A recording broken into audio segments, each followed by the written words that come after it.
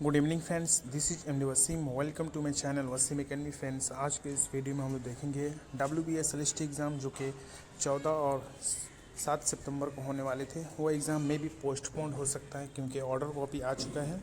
जैसे कि आप लोग देख सकते हैं, इशू नोटिस रिटर्नेबल ऑन 31 अक्टूबर 2025, यानी फिर से जो सुनवाई है केस का वो 31 अक्टूबर 2025 को।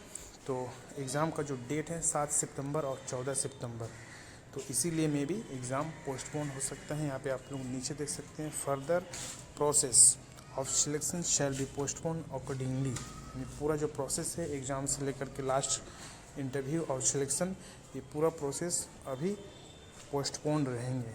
तो हो सके तो एग्ज़ाम पोस्टपोन हो सकता है। और ये ऑर्डर कॉपी आज अभी आधा घंटा पहले ही अपलोड हुआ है।